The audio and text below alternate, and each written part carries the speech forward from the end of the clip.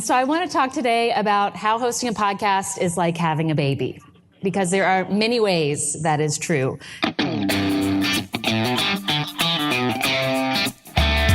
Hello, and welcome to Season 2, Episode 3 of the Podcast Movement Sessions podcast. I'm your host, Joel Sharpton, and yes, we are going to be talking about birth. Well, not really. We're going to be talking about giving birth to your podcast, the beginning of your podcast journey.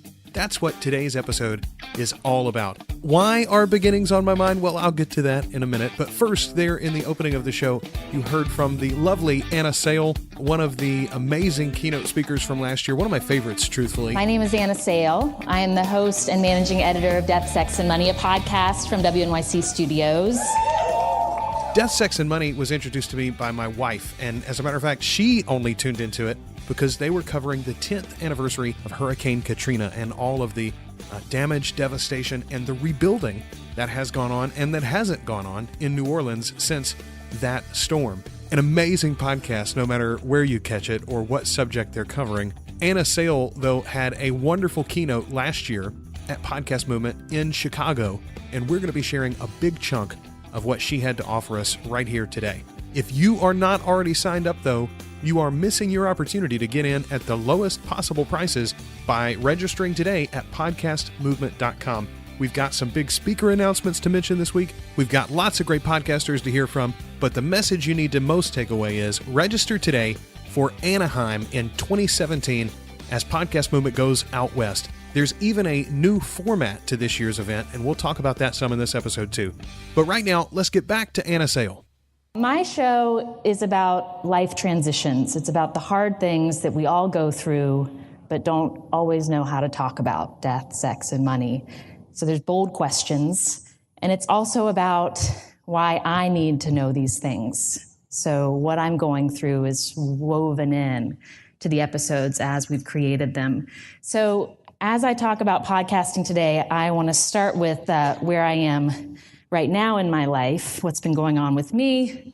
This is me about 8 weeks ago, right before maternity leave started. You can see that I'm thrilled to be working that late in my pregnancy.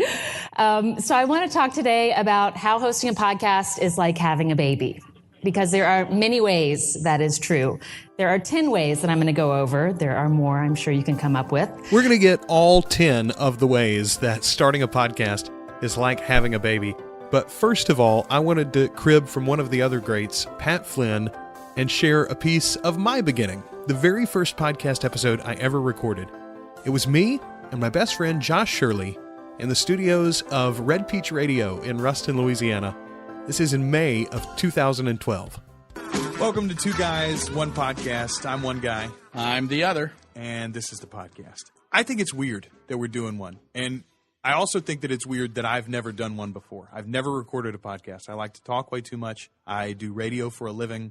I have written like a bajillion blogs. I spend a lot of time on the internet. Podcasting is a thing. I have never done it. On the flip side, you don't own an iPod. Have you ever owned an iPod? Yeah. I think I still have one somewhere. It's somewhere. Do you remember which one it was? Was it one of the small ones or was it one of the old big ones? No, I didn't. Well, that was our beginning. It was a little show called Two Guys, One Podcast, a silly little comedy show that we ended up canceling about 2 years later. We now do a show called Always Listening. We review podcasts, and it's a lot of fun. We're currently on hiatus, though, because Josh has a beginning of his own to celebrate today. He and his wife, Rachel, are, as I record this, having their first child. They're in the hospital right now. Everything's going well, the last we heard, and Lillian will be here before you know it. Since this is my best buddy's baby, I'm assuming that makes me the podfather. All right, let's get back to more from Anna Sale. How Anna is making a podcast like having a baby. Number one, how hosting a podcast is like having a baby is it starts with this inexplicable urge. For ladies, you know where it starts. And you can't explain it because number one, it costs a lot of money. It's irrational. You don't know how to do it. Overpopulation. I mean, have you seen the iTunes charts? That thing is not stable. Podcasting is overpopulated. And there's also this sense that maybe you're missing this moment. Podcasting is huge right now. And so just like having a baby for women, you get this sense if you have this idea you want it to happen, all these questions of like, how am I going to do it? When am I going to do it? What am I in control of? You don't know the answers to that, but you know, maybe if you have that feeling that it's something you want to do. When I started feeling that about podcasting, I was covering politics. This is me about 4 years ago, almost exactly 4 years ago at the Democratic National Convention. I was covering politics. I spent the whole summer going to swing states and talking to voters and asking them about how they felt. So I was hearing these incredibly compelling stories about identity and wondering if people fit in this moment in America in 2012 at the time. A lot of stories about economic anxiety, a lot of stories about, I used to vote this way, but then I got divorced and now I have to pay for my kid to go to college, so I'm voting this way. They were really captivating stories. And I connected with the voters when I was doing these interviews. It really fed me. But then the stories I was producing didn't have that same quality because the tape I was collecting was one little soundbite that was going to be in a story about who was up in the polls or whose advertising strategy was working. It didn't, for listeners, I don't think, had that same element of really getting to know someone. And I really felt that sense of polarization and separation and alienation in this country, this kind of urge to just feel heard, to feel connected. And I wasn't feeling like I was able to do that in my work. But then comes the second way that podcasting is like having a baby. Many factors have to align, many of which you're not personally in control of. So maybe you have this idea, I'm going to have a baby. Who am I going to have a baby with? If I'm not going to have a baby with someone, how am I going to do that? So all of these questions come up. Do I have time? Do I know how to do this? For me, the factors that aligned in terms of starting a podcast was this email that popped into my inbox from one of the bosses at WNYC where I was working. Again, I was just a reporter in the newsroom at this time, and this email shows up that says, hey, we want new show ideas. If you work in this building, we want to hear from you. We're having a contest. Give us your idea. We're going to let the finalists pilot their idea. So basically, this was this invitation from the universe to finally spend some time, get clear on if I were really going to make a podcast, this urge that I had, what would it be? And that's how I came up with Death, Sex, and Money. And you can see it might be a little small for those of you in the back. The first question was really important that they asked, that the bosses at WNYC asked. They just said in fewer than 300 words, what's the elevator pitch for this show? What's it about? Why do we care? Why will it be successful?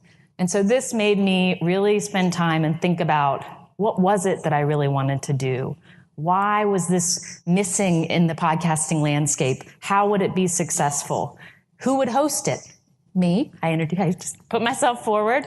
And I said, I kind of, given my experience in 2012 and 2013, I had this sense that like there was this hunger for this kind of show. I said, I think it'll hit a chord because these are questions we care most about, dealing with death, sex, and money, and a lot of places where we need community in navigating modern adulthood. So that was the idea. I sent it off to the bosses.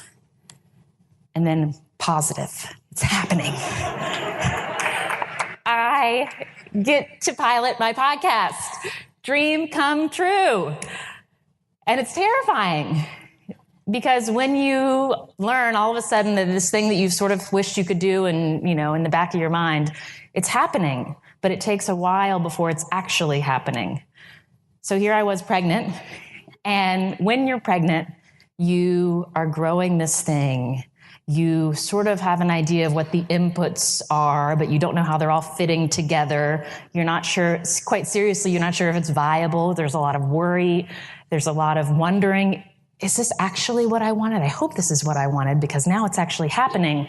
And again, it's hard work. And it can feel a little isolating when you're in that phase of gestating this idea, this piloting phase. It's isolating because you don't know what you're doing. No one else can cut the tape or book the interview for you if it's coming from you. But you're experimenting. You're trying to figure it out. You're trying to see what works. You're playing things for people. And it's scary because you're putting yourself out there. You're saying, I want to do this. I'm doing this now, but you don't know if it's going to work. If you've been listening to the second season of Podcast Movement Sessions from the beginning, then you know we've been talking with Jared Easley, one of the founders of Podcast Movement, about how Podcast Movement first came into being, their beginnings. When last we left them, they had finally convinced John Lee Dumas not to speak at the first year of Podcast Movement, but just to show up and then allow them to promote the event using his name, that he was going to be there. John was gracious, and once we started telling people this, I'll never forget this, Joel. This is one of the biggest takeaways, I think, from this whole story.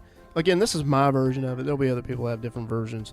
But when John Dumas said, hey, I'm in, and we started telling people John Dumas is in, and they saw his picture on the Kickstarter, that's when everybody else conveniently, I'm using the word convenient, they conveniently decided, oh, well, I want to speak too. This is a good opportunity for me to remind you that the openings for you to speak at Podcast Movement are now open. Go to podcastmovement.com and find the speaker submission. Now, it's a little different this year in that there are going to be sessions for all different levels of podcaster as far as experience goes. There are also going to be different tracks depending upon what part of podcasting or the industry surrounding it that you are actually a part of and speaking to. So make sure you read all the details, but get your submission in soon. And the best part, if you register for Podcast Movement now, you can get the lowest prices. If you get approved to be a speaker, they'll refund your full price after the fact. So don't wait. All right, what happened next, Jared? So up until getting John to agree to it, we were having trouble with that. But once he agreed, everybody wanted it in. And that's when we were like, okay, there's something going on here. Cliff Ravenscraft ultimately came back to us. He ended up wanting to be a part of it. He ended up being our closing keynote that year. We ran the Kickstarter campaign, and kind of the rest is history. We had never done that campaign, but it was a successful campaign. We thought, we need at least $10,000 to prove the concept. We raised over $30,000. And while $30,000 isn't enough to do a conference, it was enough to get started. And that's when we started figuring out, well, how do we sell sponsorships? How do we sell exhibit spots? How do we sell tickets? Started learning what we didn't know, figuring it out as we went. And year one, what we thought, wow, it'd be great to have 200 people. We started out with a small little tiny venue. We ended up outgrowing that. We outgrew the second venue. We went through 2 venues before we landed on the final venue for that first conference, Joel. And we ended up having 600 people that first year. Let's get back to more from Anna Sale. Another thing I thought a lot about during piloting was moving from radio to podcasting. I was like, oh my gosh, it's been automatic that people would hear my stories. If they're driving in their car, if they're making dinner and have the radio on, my work gets heard. Podcasting, you have to make the argument for someone to go find your show, press play, and spend their time listening to you. And I didn't know how to do that. In pregnancy, the way I made things grow, true story, baby was a little underweight, then I had an ice cream diet time, baby got better. The way you make podcasts grow, there are lots of different ways. This is one surefire way. Ira. And this is actually really key. I didn't understand quite what was happening. I knew it would be a good thing if one of the early episodes of Death, Sex, and Money showed up on This American Life. I knew that would be a huge life achievement, and it would be really a good way to come out of the gate. So we pitched this episode with Alan Simpson and Ann Simpson and me to This American Life. They took it. And so we ended up scheduling our launch of our podcast for when the episode was going to run on This American Life. But what we found, it was really interesting. This American Life comes out on the radio over the weekends, and then the podcast comes out.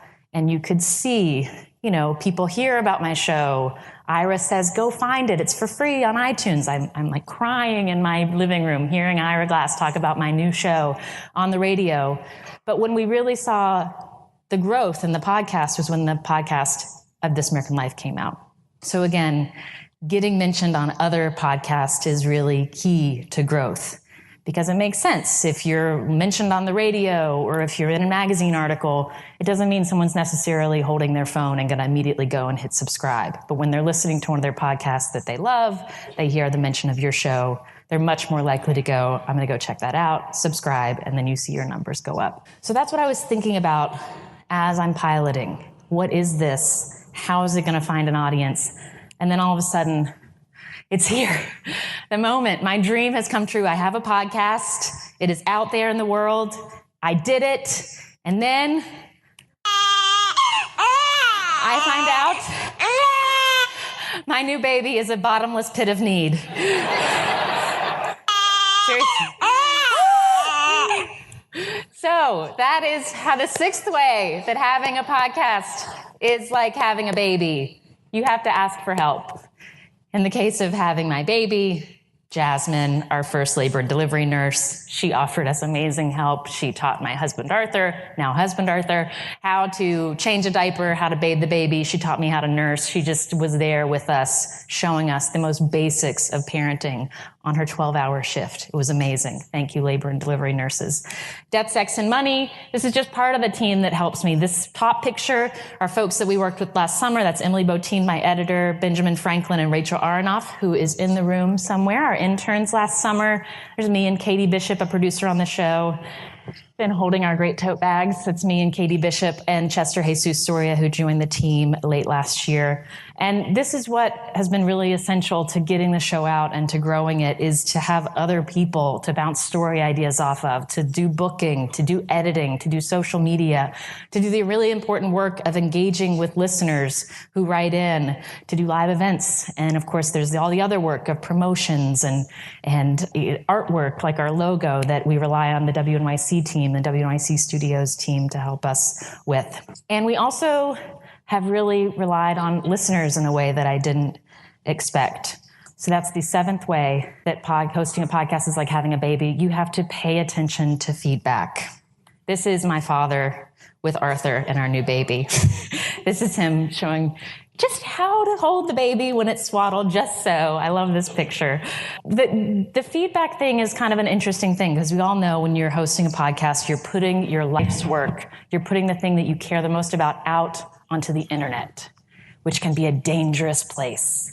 It can be a mean place. It can be particularly difficult for women. And that's what you have to do. You got to put yourself out there. So that's why those 300 words when I was pitching the show were really important to start, was because it grounded me in, this is what I want to do. This is what I want to achieve. But as feedback started to come in from listeners, there was some really important stuff, along with the kind of internet comments that you want to ignore and never think about and not let them get in the back of your head late at night. The things that they see that you don't see, that you didn't know that you were doing, the things they hear that you didn't hear when you were putting the episode together. And it really showed us in the team of Death, Sex, and Money that we're not making this show alone, that the listeners who are responding really have things that they want to share, have things that they want to hear about. And so this gets to the best part about having a baby and hosting a podcast for me. Because as it grows, you clarify and focus on the values that you want to amplify out in the world. You have to think really hard about what it is you are doing by growing this thing. And it's enormously gratifying. It's an enormous sense of purpose. I want a little asterisk. You don't have to have a kid. You don't have to host a podcast to feel that sense of purpose. But for me, it's been so cool to get to see my style reflected back at me. This is Baby, 4th of July, in her cowboy hat. And also the values in the show, and which also happen to be the values that I want to teach as a parent, which are empathy, curiosity, humility, honesty. It's really important, honest, like going right at those hard truths, all of which are really what make up listening, what make up that sense of connection. The ninth way that podcasting, hosting a podcast and having a baby are alike is it can be also really fun. It's not all these dark things. And one really cool thing that we did in the last year was, again, I was having a baby. I was also moving cross country. I was undergoing all this big life change. And so we asked our listeners to send us the songs that they have blasted on their stereos when they're in moments of big transition. And we created a Spotify playlist. We called it our Anthems of Change playlist. And it was everything from Janelle Monáe to Journey to, everything. Just the songs that get you pumped and make you feel like you can overcome anything. And the playlist was so good. Then we said, I wonder if people will send us dance videos of themselves engaging with their anthem of change. And they did. Hi, Anna. I'm going through some transitions. I have a lot of uncertainty in my life. Big changes, and part of what got me through was music. We got married a year and a half ago, and now we're getting a divorce. I like Mary Lambert's song, Secrets, so damn much because growing up in the South, we were always taught not to air out your dirty laundry. We is dysfunctional, but we have a good time killing. My sister and I used to have dance parties all the time growing up, and we've actually started doing them again since I've lived here, and life has been so upside down. Well, I'm over it.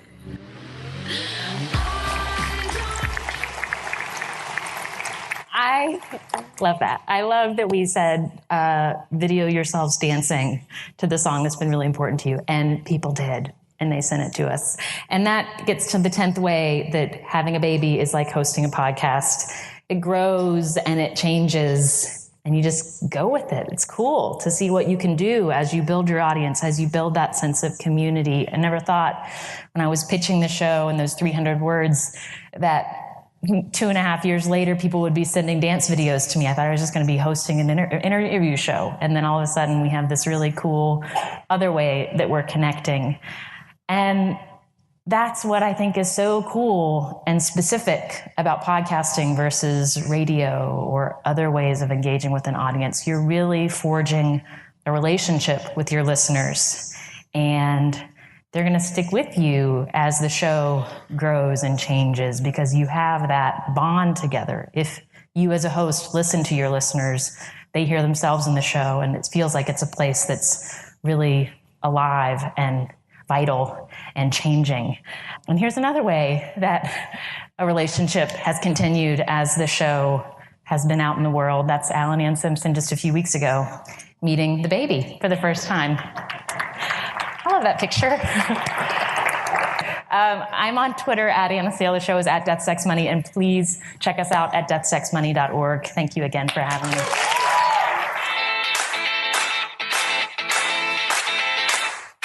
In 2017, podcast movement is hitting the road as we make our way to the West Coast. Spend some of your summer with us at the beautiful Anaheim Marriott in Anaheim, California. Join us August 23rd through the 25th as Podcast Movement does it better than ever. We'll once again have amazing featured speakers and all of your best podcaster friends from all around the world. All that's missing is you. Register today, and we'll see you in California.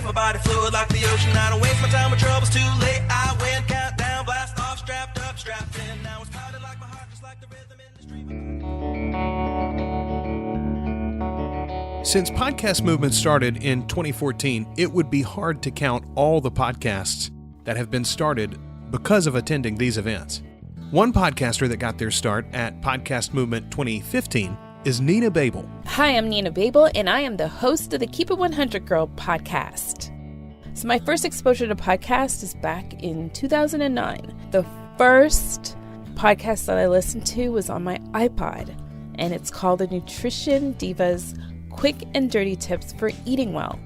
I decided to launch my podcast after attending Podcast Movement, and so this would have been in 2015.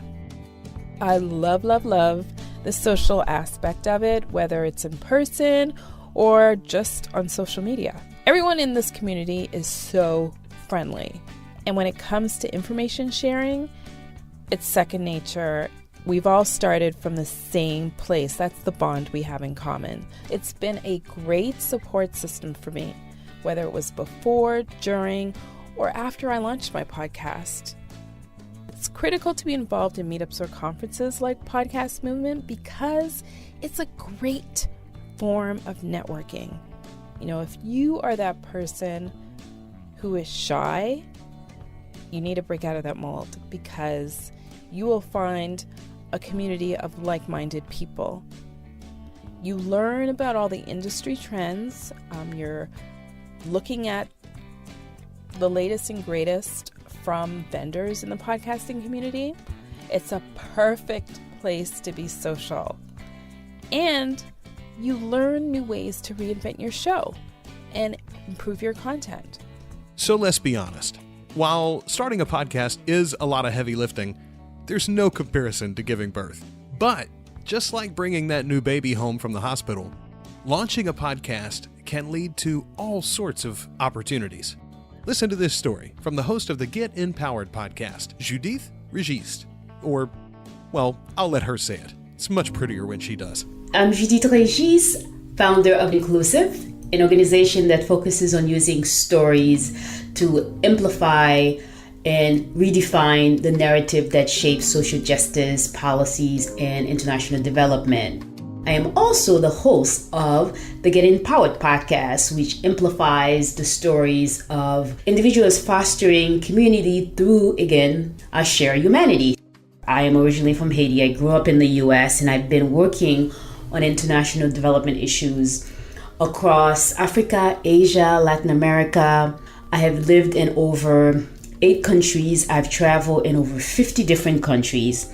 The podcast, for me, as I was sort of going through this transition of my life, trying to figure out where I wanted my next contribution to be, and I founded Inclusivist because one of the things I found was that some of the biggest challenges facing development and social justice and poverty reduction issues are strongly linked to the fact that people are not using their own voices to shape how resources are being allocated to impact and influence their lives. And I felt very strongly about that because I started my career with the idea that I could be the voice for the voiceless. And over the past 20 years, I've realized that, the challenge with poverty is the fact that we are waiting for to come in and rescue people. But if we create resources and make these resources available to everyone, we are all in a better position to actually transform our own lives. So I'm really committed to helping create space and environment where we all get to be, the protagonists of our own story. That's really, for me, the source and the motivation for why I started Inclusivist. The podcast for me was really a great opportunity to work across communities. While blog is a great way to communicate issues, not everyone, have the time to read. And even when people read, they actually skim through it. That journey has been one of learning the technical side, which, it's not something I really don't expect myself to be very good at, but my voice and my understanding of the issues and my passion for the issues is really the thing that's going to take me and build my podcast to the next level. So last Thursday, January 19th, I launched my podcast, and it was an extraordinary day because on that day of launching my podcast, I went to a gala at the African American Museum and I left early. And as fate would have it, I got into a shuttle with the Senator of New Jersey, Senator Cory Booker. And I'm always looking for a way to promote my podcast, but also to promote the issues that are important for us all. And I started talking to him about my podcast, about, what's ahead for us in terms of social justice, what's ahead for us in this new democracy is the fact that it's time for citizens to re-engage and to really get involved and be responsible for the issues and understanding the policies and the institutions that impact their lives. And he was very moved by what I was doing with the podcast. I showed him the artwork and he was like, this is really nice. This is really pretty. We were about to get off the shuttle, and the shuttle was really just me, him, and one of his aides. And I said to him, I have a request to make. And he's like, what, do you want me to promote your podcast? I'm like, yeah. And also, I want you to be on my show.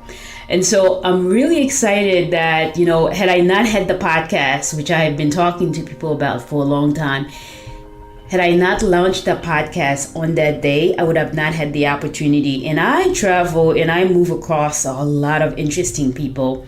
And I've been telling people about this idea for quite some time. And last week, to have had the opportunity to tell Senator Cory Booker about my podcast and to ask him to join and be part of this and support and promote my podcast was an extraordinary day. Now, next step is following up with his assistant, because he pointed me to his assistant who's going to make this happen. So I am so geek about what's ahead for this podcast and what's ahead for really creating a platform for engaging on issues in a way that brings the heart, the passion, the humanity that I think connects us all. And story has the greatest potential to do that. You know, to see it, I mean, you came in, I believe, in Fort Worth, and to see the jump from 600 to what it was in Fort Worth, and then to what it's now was in Chicago, to what it could be in Anaheim. I mean, it is definitely a movement, I think, and just an exciting thing to see the community come together, and exciting things that are happening in podcasting. So that's a long story, but that's my version of how this thing started.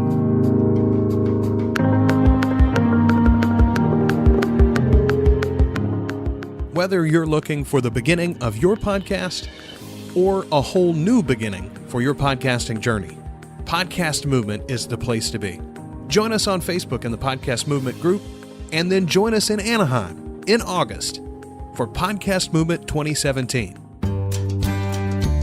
At the top of the show, I mentioned that we have a speaker announcement for you. Well, if you've been following Podcast Movement on Facebook or Twitter, you've probably already heard, but if not, the hardcore historian himself, Dan Carlin, is finally coming to Podcast Movement 2017 in Anaheim. Or, more accurately, I guess Podcast Movement is coming to him since he's a West Coaster. Dan Carlin is the host of Hardcore History.